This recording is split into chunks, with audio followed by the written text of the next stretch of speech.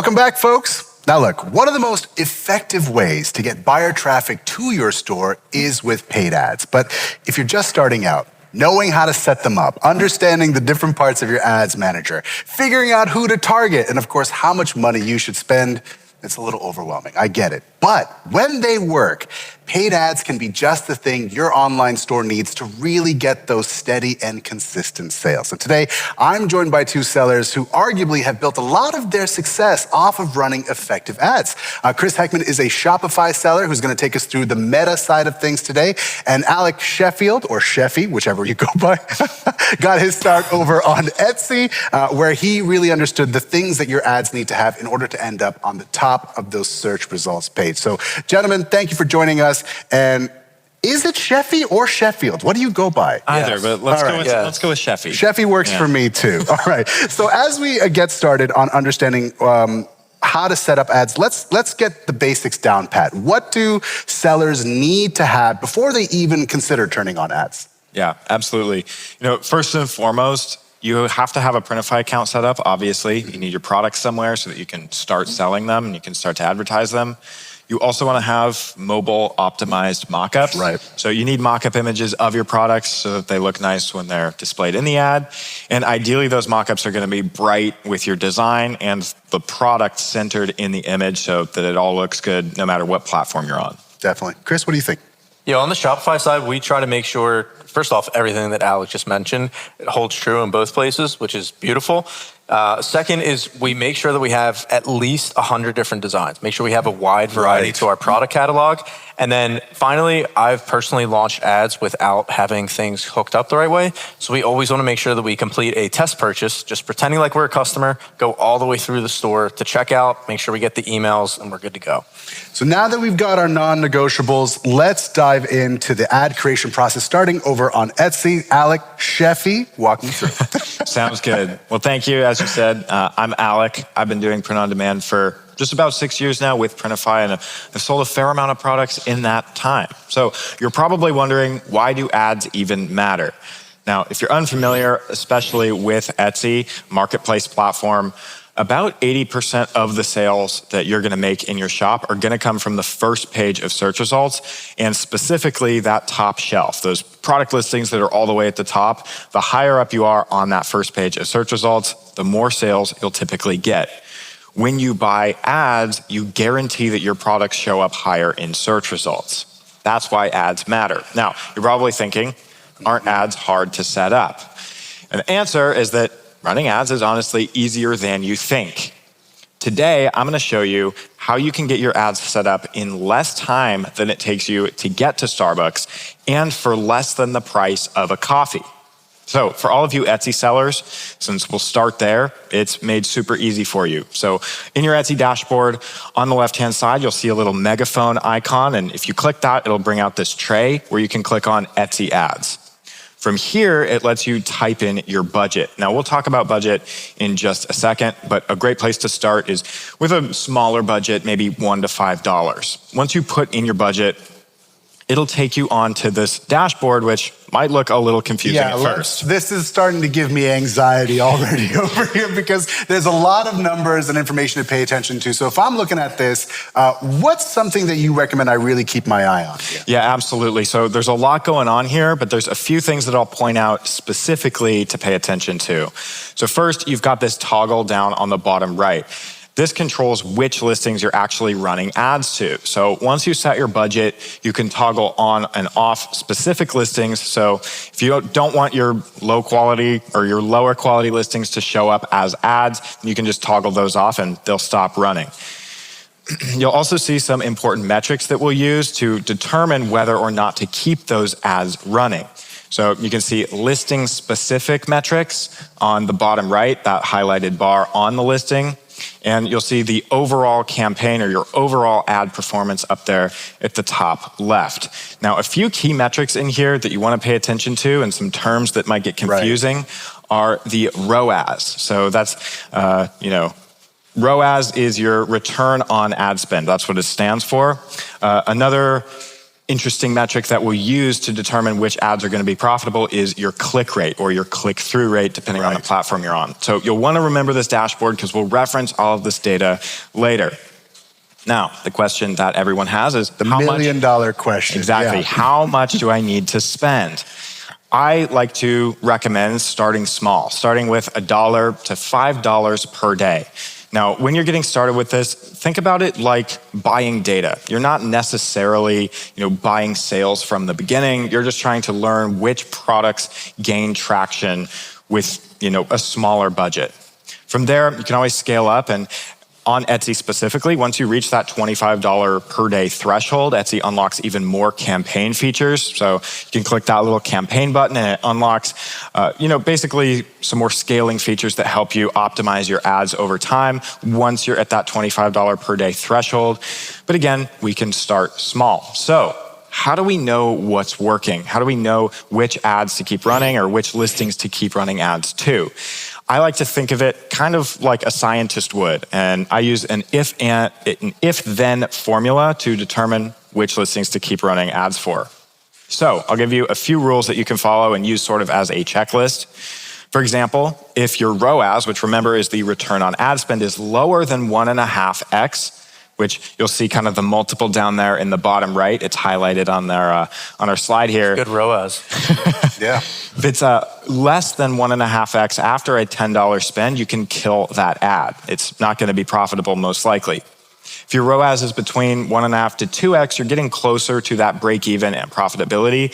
So you can still want to scale back because it's not quite where you want it to be. So you'd test lowering the budget or pausing that ad. And if your ROAS is higher than 2x, you can think of this like putting a $10 bill in a vending machine and getting $20 back. And if you're able to do that with at least 3 sales, meaning more consistently, that's when you can start to increase your budget slowly over time and hopefully continue to make more sales. Now, the last metric that we can check is your click-through rate. So if your click-through rate is less than 1% after 1,000 views, you'll want to kill that ad as well. You can think of this like if you have a physical storefront and 1,000 people walk by.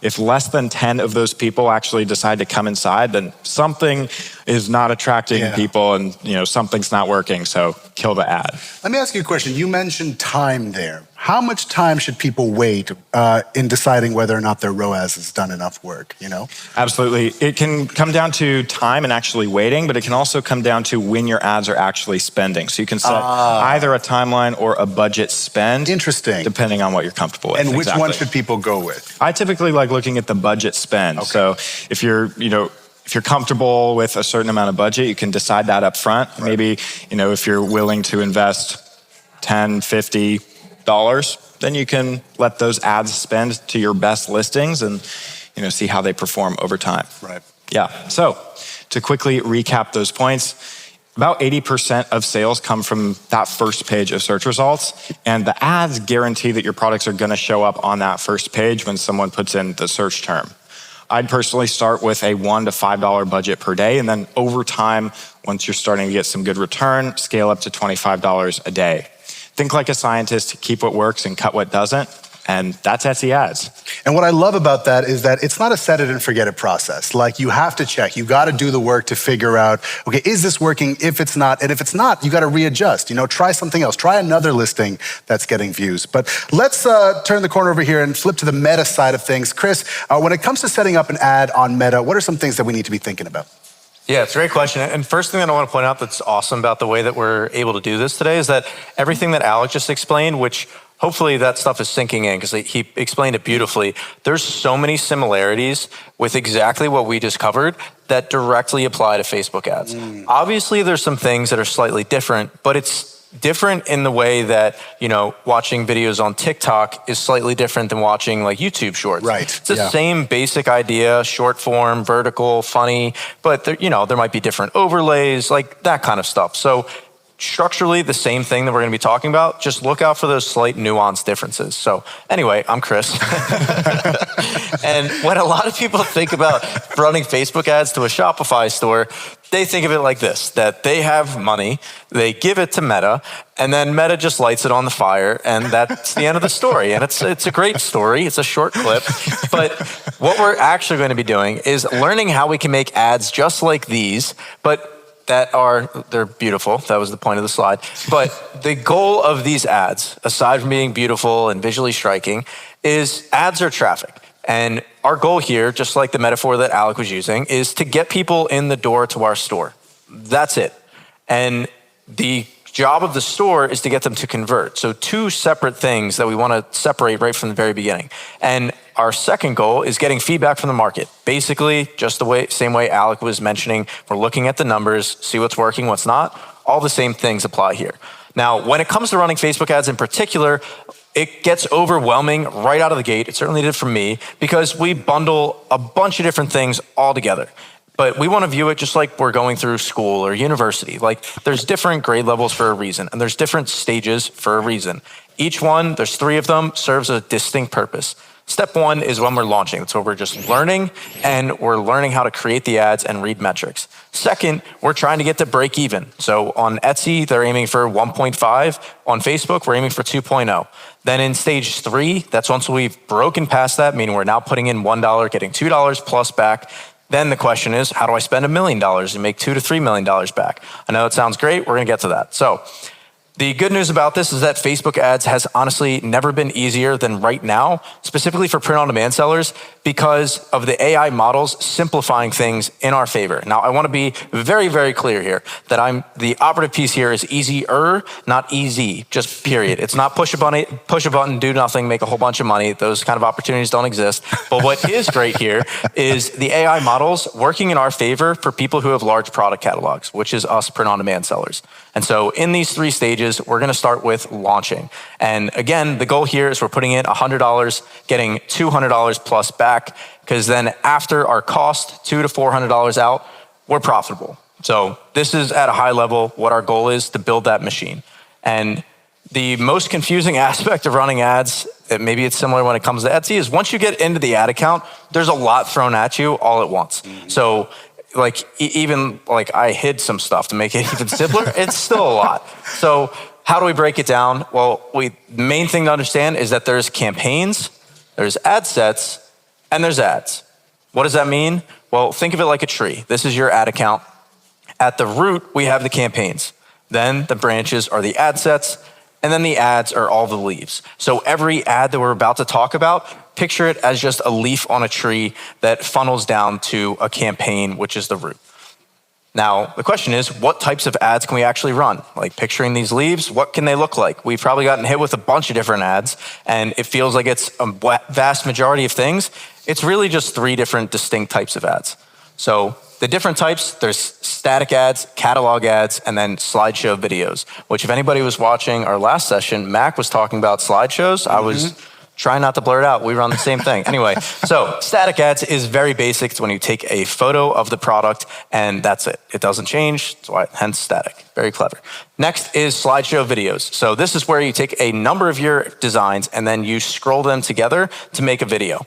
And then finally, best and certainly not least, is the catalog ads. This is where we are able to show all of our products from a single ad that we've made.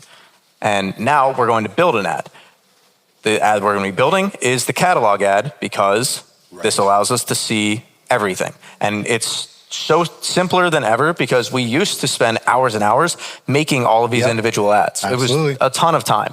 Now we're just able to run one and then see what performs the best.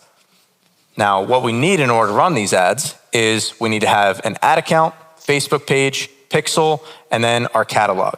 Now, this sounds like a lot. 3 out of the 4 get knocked out the moment that you install the free Facebook app on your Shopify store. So it automatically handles a lot of this for us. And then the last one is just the Facebook page. And that one, we honestly don't even post much. We just make a profile picture and a cover photo, and you're ready to go. End to end, it takes about 5 to 10 minutes to get all this set up. Now, when we're running the ads, we are looking for 2 numbers in particular. These might sound familiar. ROAS at the very least, which is return on ad spend. Then second is the cost per link click. And when we're at a 2.0 ROAS, we're at about break even. At a 3, we're at about 16%. And at a 4, we're at about 25%. And just to make sure we're getting this right, when you say 2.0 ROAS, that means that that's 2 times the money that you've already spent, correct? Correct, yes. Okay, cool. So that means we put in $1, we're getting $2 out. And then the reason it's 0% is that after all other expenses, this is like literally everything. We like to look at the worst case scenario, so we make sure we're protecting our profitability. So worst case scenario, that's break even. Now, the good news is that once we get to that point, which we're going to cover now, when we get to the 2.0 ROAS, we do that by first looking at just one number in particular. There's a lot of things in the dashboard. We are just looking at the cost per click. Now, cost per click, similar to the click-through rate, tells us how much are people liking our product, essentially.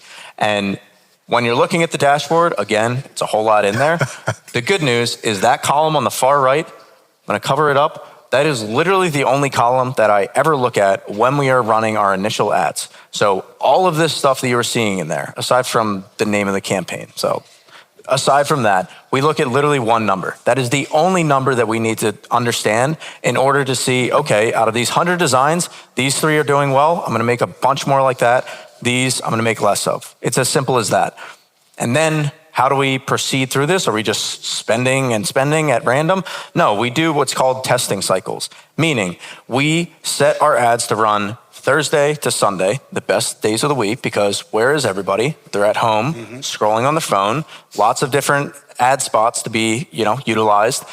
And we analyze the cost per clicks, whichever design gets good signs, then we make more designs like those. And then we just do this week after week after week, till eventually we hit the magical 2.0 ROAS. And in the meanwhile, we're spending about $50 per week. So not a ton, certainly not as much money as I spent on ads the first time through. I spent thousands right out of the gate. And here's what it looks like from a different view if anybody's curious. Now, Facebook ads in 60 seconds, cutting through what took me years to figure out to be able to put on a single slide, is we use catalog ads, saves us so much time and energy, so many wasted hours we're able to get back. Super easy to set up. Start with a $12.50 per day budget and run it for Thursday to Sunday cycles. And do not be surprised if the first or second cycle, we're looking at expensive cost per clicks. That's completely to be expected. The name of the game is just looking at the designs that have the cheapest clicks, making more like that, and then just staying consistent.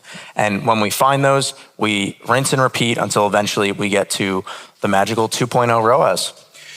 This is a really great breakdown. And of course, this is a very complicated topic. I know you people who are watching right now who are going, all right, we just breezed past that in 20 minutes. When we were putting this session together, this is not something that you can pick up in 20 minutes. So if you're feeling confused, don't worry about it. This takes time to learn. But the thing that you have to tell yourself is, okay, we've broken up the steps on Etsy and Meta. And now you have to ask yourself, okay, if there's one part that I don't really understand, go to that part, figure that out. But before they get there, I want to say you guys, like you just said, Chris, you guys made your mistakes when you were setting up your ads. As a final takeaway, if you could go back and think about, the most critical mistake you made when you guys were first starting out, what were those and what would you recommend people do to not do that? Yeah, that's a great question. I think that for me, looking at which products are organically getting the most amount of traction, those are the products that you want to run ads to first. So the products that are getting the most organic views and the most organic favorites, add to carts or even orders, those are the products that you start running ads to because they're already getting some interest. And so when you add the ads into the mix, you'll get even more traffic and you'll really be able to test if that product is going to be a winner for you. Exactly. Double down on what's working. That's very important. Chris? Yeah, 100% agree with what Alex said. And for me, it was thinking that I needed to fix my ads by just getting better at ads, which there certainly is a skill set, but we honestly just rewatch what we just covered 3 times. And that's the majority, that's the 80-20 principle of it. The most important thing is just making better products. And my all-time favorite quote when it comes to marketing is that great products can be sold by bad marketing, but bad products cannot be sold by great marketing. Absolutely. Meaning we make our lives, it's the epitome of just sharpen the axe, sharpen your product catalog before you try to chop down the tree, and your life will be so much easier. And it's an iterative process. process. Like, that's the thing. Like, you're never going to start off with ads and immediately get them right the first go. I'm sure that would be great if that was the case, but you're right. Sharpen the axe, right? Figure out what works, double down, and give yourself some grace to make the mistakes, because everybody does those. Well, thank you so much, guys, for chatting with me. Amplified is not going anywhere. Leah's coming up next with a great session about how to build a brand that keeps buyers coming back. Stick around.